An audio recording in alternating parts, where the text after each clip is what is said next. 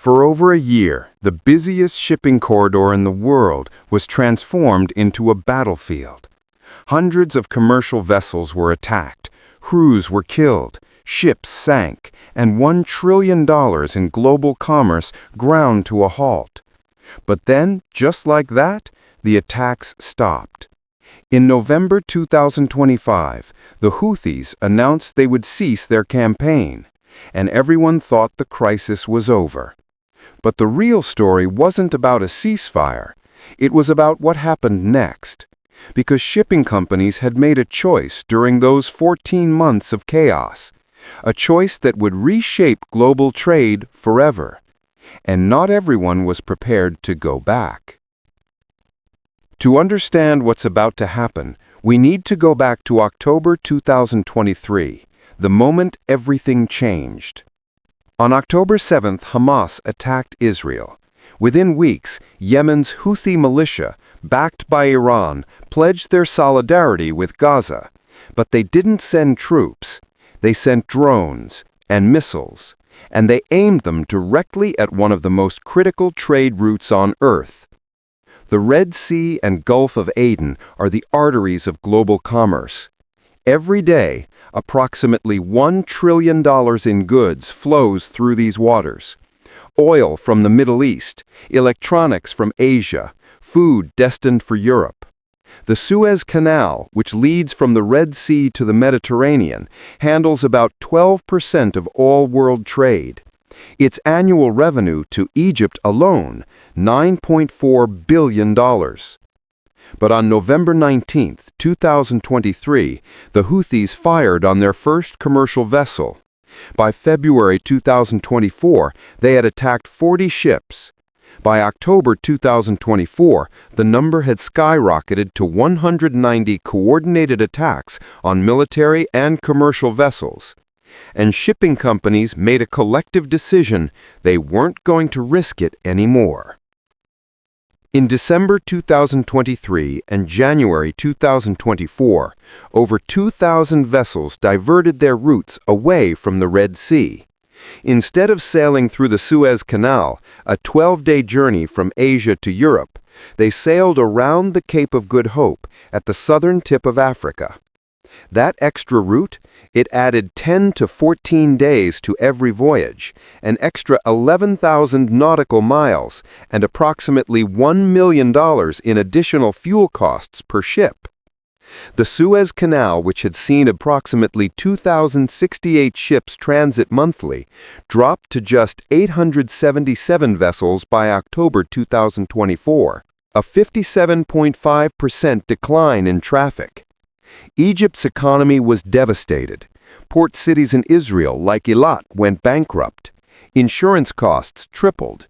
Shipping rates doubled and tripled. And the global supply chain buckled under the strain. But here's where the story shifts.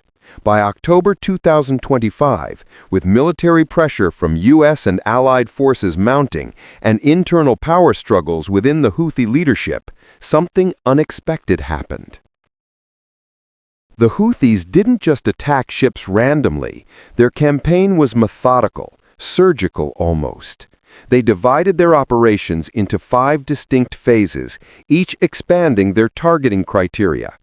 Phase 1 began in November 2023, Israel-linked vessels only. Phase 2 in December expanded to all ships heading to Israel ports. Phase 3 in January 2024, ships linked to the United States and Great Britain. Phase 4 in May 2024, any vessel whose operator had ever visited an Israeli port. And Phase 5, after a failed drone attack on Tel Aviv in July 2024, effectively anyone. The Houthis fielded ballistic missiles, cruise missiles, armed drones, and fast-attack naval forces. They coordinated attacks with precision, and they communicated their intentions with military discipline.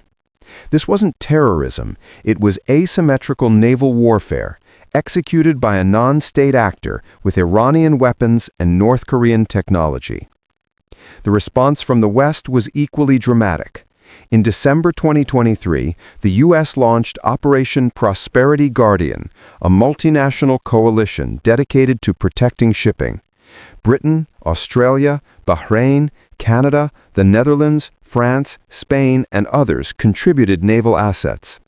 But deterrence failed, so the U.S. and U.K. escalated. On January 12, 2024, they launched Operation Poseidon Archer, a campaign of precision airstrikes targeting Houthi radar sites, missile launchers, drone facilities, and weapons storage depots across Yemen. Over 60 targets were struck on the first day alone. The B-2 Spirit, one of the most sophisticated bombers in human history, costing $2.2 billion per aircraft, was deployed to strike underground bunkers. The attacks continued, month after month, yet the Houthis adapted. They dispersed their forces, they replaced their weapons, and they kept attacking. By September 2024, the tanker Sunion was struck and caught fire. In July 2025, nearly 2 years into the conflict, 2 cargo vessels, the Magic Seas and Eternity Sea, were deliberately sunk. 1 crew member was killed, another was detained. It seemed like an endless cycle. The U.S. would strike, the Houthis would regroup, and the shipping companies would keep rerouting around Africa. But something remarkable happened during those 14 months of crisis. While everyone was focused on the military operations, the shipping industry was making a fundamental decision that would reshape global trade. When the first attacks began, shipping companies had a choice: wait and see if the military could fix it, or invest billions in rerouting infrastructure. They chose the latter. The Cape of Good Hope route, sailing around southern Africa, had been largely abandoned for over 150 years, not because it wasn't possible, but because the direct route through Suez was so much faster and cheaper. But faced with an enemy that couldn't be defeated militarily, shipping companies poured capital into revitalizing this ancient route. New port infrastructure was built in South Africa. Singapore expanded its facilities to become a hub for ships rerouting through the Indian Ocean. Shipping companies updated their logistics networks, hired more pilots experienced in deep ocean navigation, and invested in fuel-efficient ships capable of longer voyages. The financial incentives were perverse but real. While freight rates increased from 3 to 5 times normal levels, certain shipping companies, particularly those operating the oldest vessels, actually profited from the chaos. Higher fuel surcharges meant higher profit margins. The Suez Canal's misfortune became these companies' fortune. Egypt watched its revenue collapse. In 2024, the country lost approximately $6 billion in Suez Canal revenue. The International Monetary Fund warned that the country's debt crisis was accelerating. But the shipping companies had already made their bet. They had invested in the alternative route. And as time went on, these investments became sunk costs, money that had already been spent. Ports in the UAE, Oman, and East Africa suddenly became critical nodes in global supply chains. New warehousing facilities were built. New shipping lines were established. New relationships between ports were forged. By the time the ceasefire came in October 2025, shipping companies had already built an entirely new infrastructure around the Cape of Good Hope.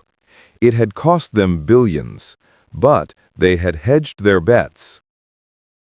In August 2025, a key moment occurred that nobody saw coming. Israel launched an airstrike on Yemen's capital, Sana'a, killing Yemen's prime minister and most of the cabinet. Among the dead was Major General Mohammed al-Gamari, the architect of the anti-shipping campaign. His replacement was Major General Yusuf Hassan al-Madani, a military commander with no personal investment in the maritime strategy. And Madani had a different vision. The Houthis had endured a year of constant military strikes. Hundreds of their fighters were dead. Their infrastructure was degraded, and their leadership was under pressure. But Madani saw something the previous leadership didn't: opportunity. If the attack stopped, even temporarily, the Houthis could negotiate a ceasefire. Saudi Arabia had already promised financial support and back payment of government salaries to Houthi-controlled areas. Other regional powers were opening diplomatic doors. On October 10, 2025, a U.S.-brokered ceasefire in Gaza took effect, and the Houthis made an unprecedented decision.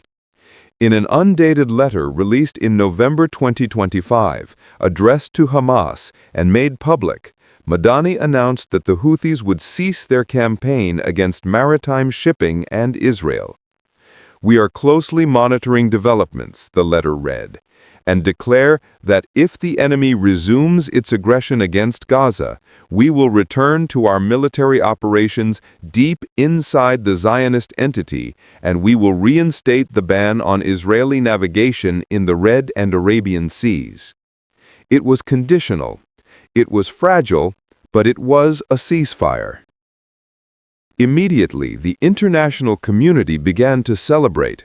The Red Sea was open again. Trade could resume. Egypt's Suez Canal would reclaim its former glory. But the shipping companies already knew the truth. Within days of the ceasefire announcement, shipping companies faced an unexpected problem. They had already invested in the Cape of Good Hope route, and now they had to decide, do we go back to Suez or do we stay? The financial calculus was brutal. Suez would be faster by 10 to 14 days. That saves fuel costs. But to return to Suez means laying off workers hired for Cape operations. It means abandoning new port facilities that cost millions to build. It means writing off infrastructure as a loss.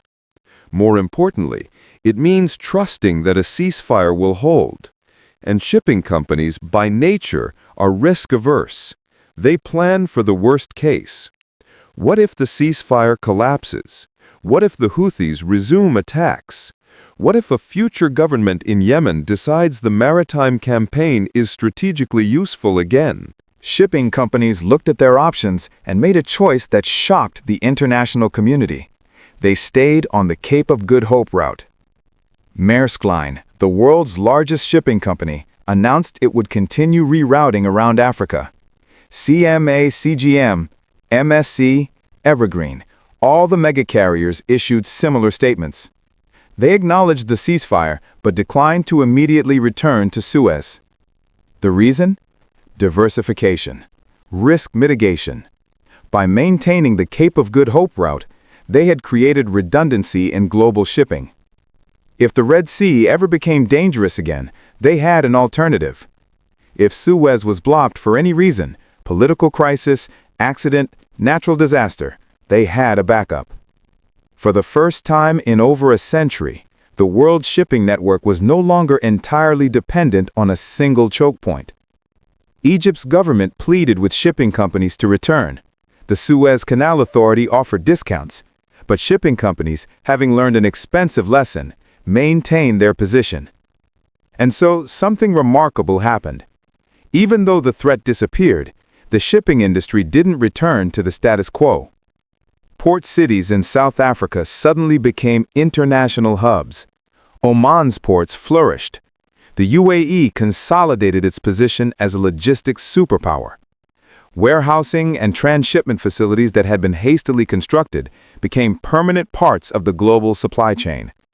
And Egypt's economy, already strained by conflict and debt, had to adjust to a permanent reduction in Suez revenue.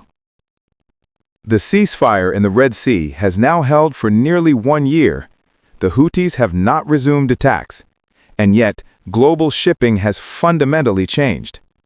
Suez Canal transits have inched upward, but they remain 60% below pre-crisis levels. Approximately 200 cargo ships now transit the Bab el-Mandeb Strait, compared to the historical average of 500 to 600. Why? Because shipping companies recognize that this ceasefire is fragile. The letter from Madani explicitly states that attacks will resume if Israel breaks the Gaza ceasefire. And history shows that such conflicts rarely end permanently on the first attempt. The investment in Cape of Good Hope infrastructure is now locked in. Ports have been expanded. Shipping lines have been established. Supply chains have been reorganized. The cost of abandoning this infrastructure exceeds the cost of maintaining it. For some players, this has been economically catastrophic. Egypt's Suez Canal revenue has dropped from $10 billion annually to approximately $4 billion. The country's debt crisis has worsened. Tourism has declined. Unemployment has risen. Israel's port of Eilat went bankrupt. Its operations were completely shut down in July 2025. 3,000 jobs were lost. But for others, it's been a windfall.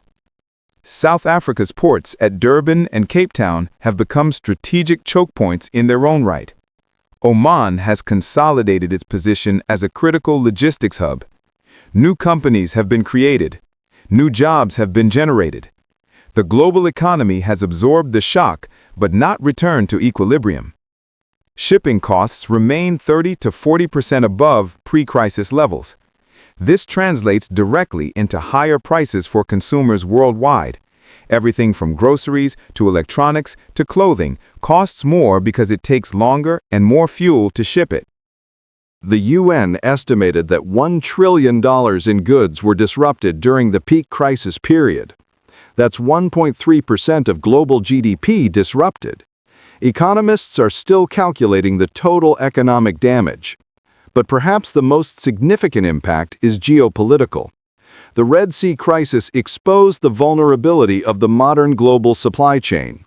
It showed that a non-state actor armed with relatively modest weaponry could inflict trillions of dollars in damage on the world economy.